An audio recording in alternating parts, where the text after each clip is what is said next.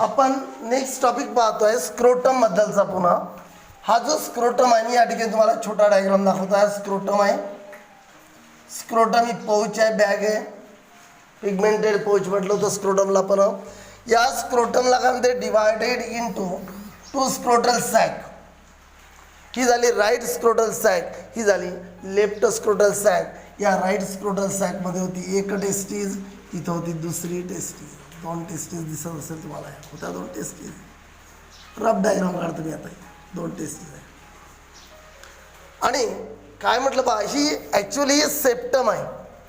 आणि पहा scrotum is divided into right and left scrotal sacs by कशाने, septum of tunica डार्टोज.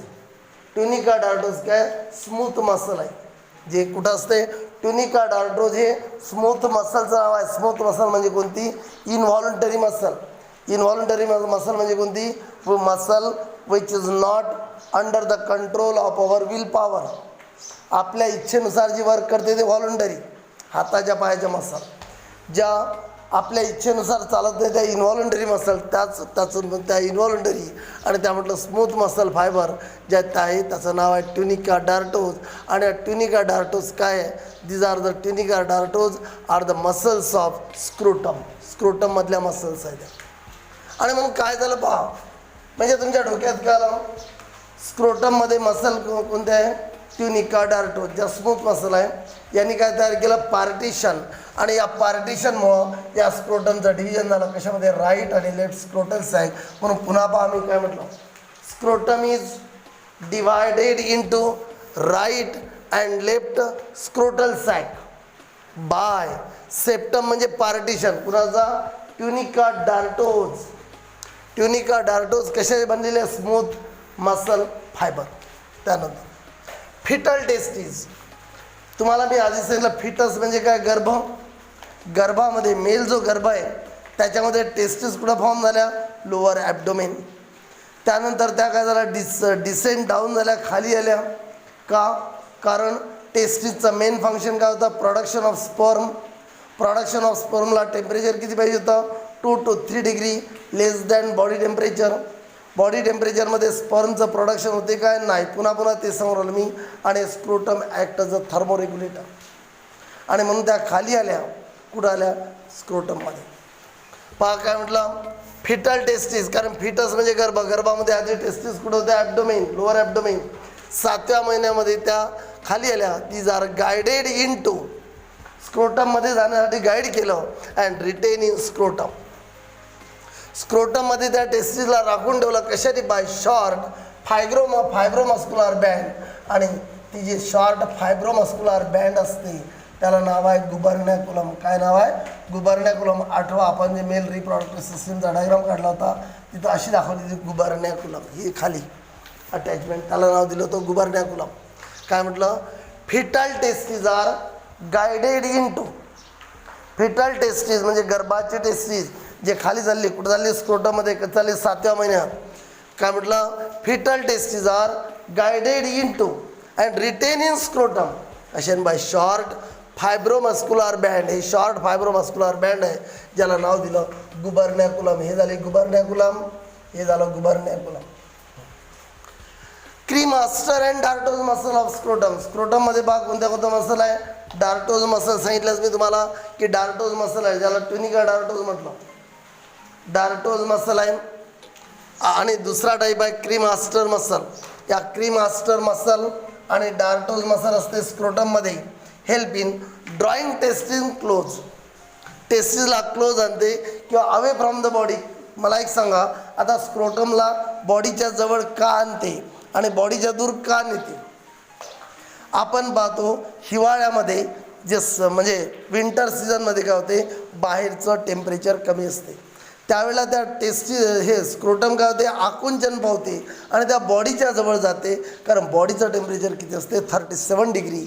बाहेरचं temperature कमी आहे म्हणून त्या आकुंचन पावतात स्क्रोटम हिवाळ्यामध्ये. आणि त्या कुठं जातात, बॉडीच्या जवळ जातात.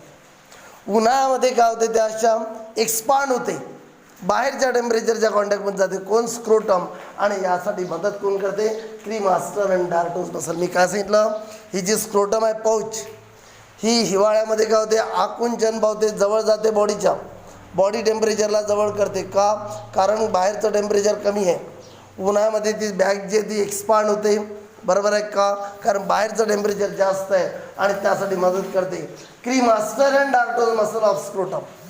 क्रीमास्टर and dartos muscle of scrotum help in drawing testes close और अवे फ्रॉम द बॉडी. बॉडीच्या जवळ क्लोज और अवे फ्रॉम द बॉडी करण्यासाठी कोण मदत करते? क्रीमास्टर मसल आणि डार्टोज मसल. ज्या मसल कुठं प्रेझेंट आहे? स्क्रोटममध्ये. इथपर्यंत पुन्हा एकदा सांगून देतोय स्क्रोटमबद्दल, मग बोलू आपण, नेक्स्ट बोलू आपण, त्या नेक्स्ट पार्ट पाहू आपण. पहिल्यांदा काय बोललो आपण? Scrotum is divided into, scrotum is divided into right and left scrotal sac. Scrotum is divided into right and left scrotal sac. कशाने? By septum of tunica डार्टोज.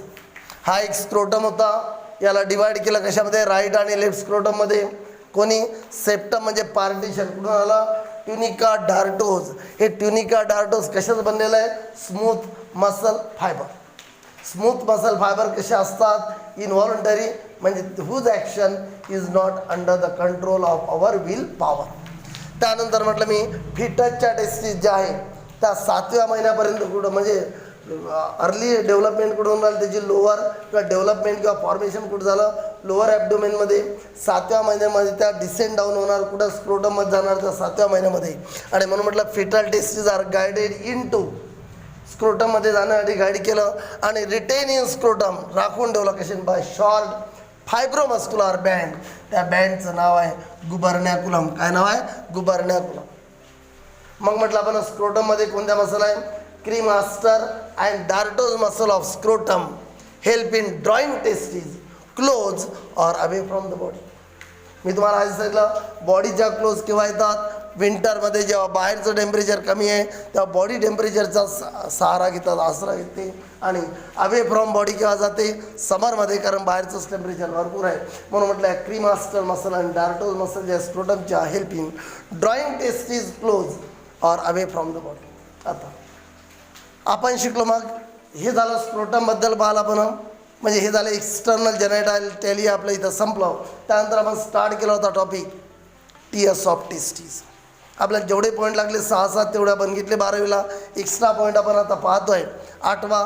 त्यामध्ये आपण टीएस ऑफ टेस्टीजमध्ये म्हणजे हिस्टॉलॉजीमध्ये पहिला पॉईंट सांगितला होता की टेस्टीजला कव्हर केलं होतं 3 लेअरनी.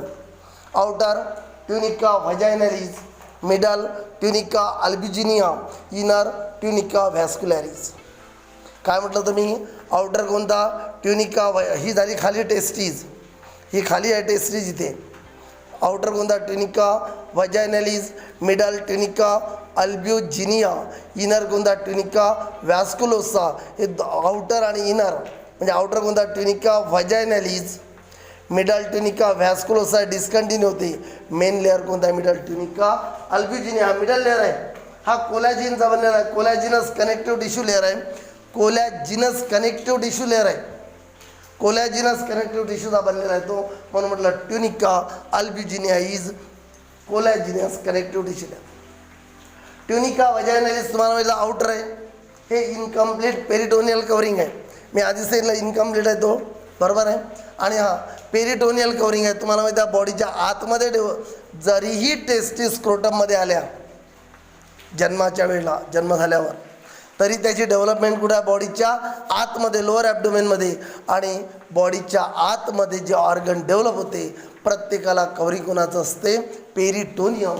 आणि tunica vaginalis is incomplete peritoneal covering. Inner most आहे ट्युनिका व्हॅस्क्युलोसा, आतला इनर लेअर हा थिन आहे, मेम्ब्रेनस आहे. आणि व्हॅस्क्युलर लेअर आहे. Vascular layer means which is supplied by blood vessel. 3 लेअरबद्दल पुन्हा सांगतो मी तुम्हाला. काय बोललो होतो आपण टीएस ऑफ टेस्टीजमध्ये? Histologically each testes covered by 3 layer. Outer कोणते होते? ट्युनिका. आउटर कोणते होते? Tunica vaginalis, middle tunica albuginea, inner most tunica व्हॅस्क्युलोसा.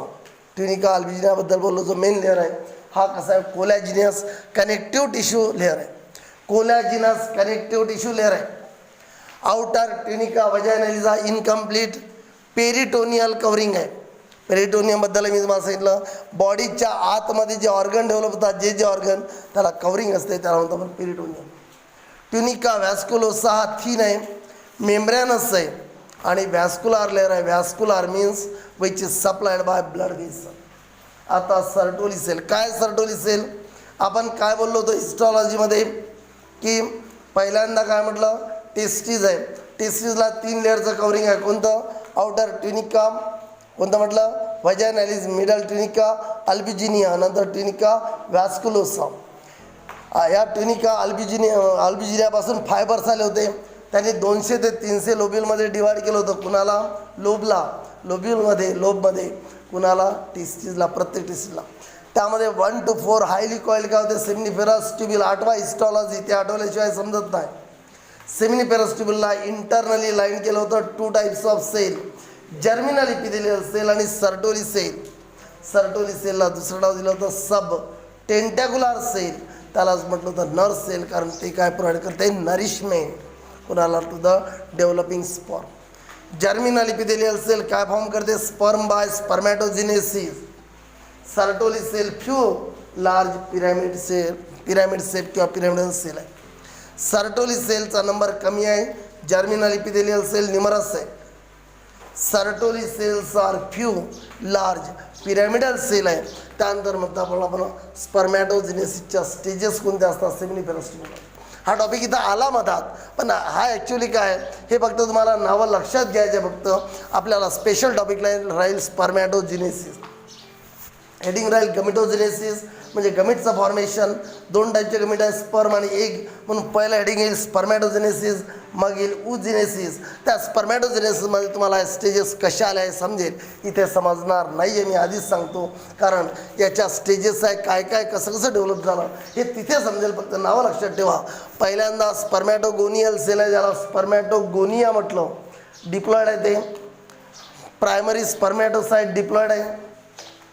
त्या ठिकाणी मिओसिस झालेलं दिसून राहिलं तुम्हाला. आणि सेकंडरी स्पर्मॅटोसाइट फॉर्म झाला, तो हॅप्लॉइड आहे. सेकंडरी स्पर्मॅटोसाइटपासून मिळाले स्पर्मॅटिड्स, ते हॅप्लॉइड आहे. आणि स्पर्मॅटिडपासून काय मिळालं? स्पर्म. या स्टेजेस आहे कशाच्या? स्पर्मॅटोजिनेसिसच्या, ज्या चॅप्टरमध्ये नंतर येतील समोर, त्या डिटेलमध्ये येतील. इथे या समजत नाही, फक्त नावं लक्षात ठेवा. पुस्तकात आले म्हणून मी या ठिकाणी पॉईंट घेतला नाही. तर हा खरं तर त्यांनीसुद्धा इथे पॉईंट घ्यायला पाहिजे होता. हा घ्यायला पाहिजे होता स्पर्मॅटोजिनेसिस झाल्यानंतर, कारण तो 3-4 मार्काचा मोठा टॉपिक आहे. पूर्ण या स्टेजेस डिटेलमध्ये दिल्या आहेत त्या ठिकाणी. पण सध्याचं तात्पुरतं आलं म्हणून लक्षात ठेवा की स्पर्म स्टेप बाय स्टेप कसा फॉर्म होतो. टेस्टीजमध्ये काय राहणार? सेमिनिफेरस ट्युब्युल. सेमिनिफेरस ट्युब्युलमध्ये काय राहणार? Germinal epithelial cell. त्यालाच म्हटलं होतं आपण स्पर्मॅटोगोनिया. 8वा हिस्टॉलॉजीमध्ये स्पर्मॅटोगोनियल सेल डिप्लॉइड होते. तिथून मिओसिस स्टार्ट झालं. पहिल्यांदा प्रायमरी स्पर्मॅटोसाइट आहे 2n, बरोबर आहे. त्यापासून मिळालं सेकंडरी स्पर्मॅटोसाइट, हॅप्लॉइड मिळालं मिओसिसमुळं. त्यानंतर स्पर्मॅटिड मिळालं आणि स्पर्मॅटिड कन्व्हर्टेड टू स्पर्म. ॲक्च्युली इथे स्टेपचं नाव मेटामॉर्फोसिस, पण आपण ते तिथंच शिकू, इथं लक्षात येईल. टेस्टीजला कुठं आणून टाकलं? स्क्रोटममध्ये. पण सस्पेंडेड केलं, आणलं. ती अशी कॉर्ड होती, असा रोप लाईक स्ट्रक्चर होतं, त्याला नाव आहे स्पर्मॅटिक कॉर्ड. टेस्टीजला आणलं किंवा असं धरून जे ठेवलेलं आहे, टेस्टीजला आणलं किंवा धरून जे ठेवलेलं आहे, ती कोणती कॉर्ड आहे? स्पर्मॅटिक कॉर्ड आहे. Testes are suspended in scrotum. Testes are suspended in scrotum. या टेस्टीज सस्पेंडेड आहे स्क्रोटममध्ये. इथून अशा वरून अशा लटकल्या, धरून ठेवल्या कोणी? By spermatic cord. मग शिकलो आपण सिमेनबद्दल शिकलो होतो, लास्ट टॉपिक त्यामधला. सिमेन इज इजॅक्युलेटेड कधी? During sexual intercourse by male reproductive system. मी आधीच सांगितलं तुम्हाला या टॉपिकमध्ये. मेल आणि फिमेलमध्ये सेक्सुअल कॉन्टॅक्ट होणार.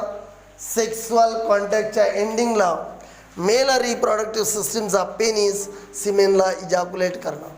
कधी? During sexual inter. सिमेनमध्ये काय काय असतं आपण त्या दिवशी पाहिलं ना.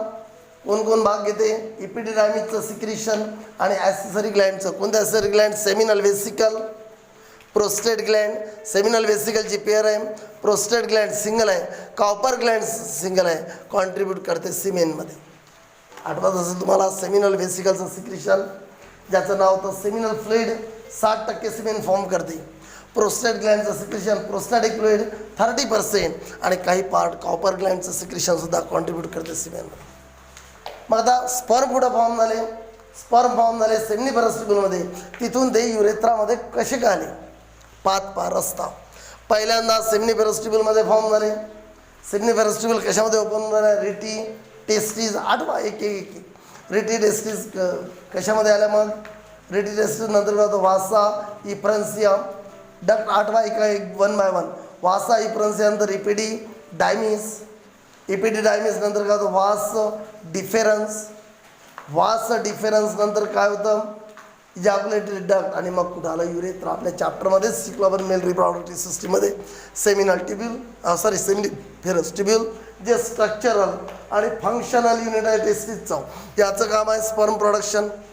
तिथून कुठं आलं, रेटी टेस्टिसमध्ये आले स्पर्म. तिथून कुठं आले, वासा इफ्रन्सियामध्ये. वासा इफ्रन्सियामधून कुठं आले, इपिडिडायमिस, ज्याचे 3 पार्ट होते, कॅपुट कार्पस कॉडा. त्या इपिडिडायमिस नंतर कुठं आले, वास डिफेरन्स. डायग्राम ड्रॉ समोर ठेवा. तिथून कुठं आले, इजॅक्युलेटरी डक्ट. इजॅक्युलेटरी डक्टमधून कुठं आले, युरेथ्रामध्ये. अशा प्रकारे ते आपली पूर्णपणे मेल रिप्रोडक्टिव्ह सिस्टीम संपलेली आहे, जो या चॅप्टरचा मोठा आणि थोडा किचकट पार्ट होता. यानंतर आता पुढचे टॉपिक जे आहेत ते आपले लवकर संपतात आहे. इथे आपली मेल रिप्रोडक्टिव्ह सिस्टीम म्हणजे एक धड्याचा एक टप्पा संपलेला आहे. आता पुढच्या लेक्चरपासून स्टार्ट होणार आपली फिमेल रिप्रोडक्टिव्ह सिस्टीम. पण हे चॅप्टर कसं लिंकिंगचं चॅप्टर आहे. ज्याला मेल रिप्रोडक्टिव्ह सिस्टीम आठवत असेल, ज्याला फिमेल रिप्रोडक्टिव्ह सिस्टीम आठवत असेल, ज्याला त्यानंतर जे टॉपिक आठवत असेल त्याला समोर समजत जाईल. मागचे टॉपिक जर आठवत नाही, समोर समजणार नाही.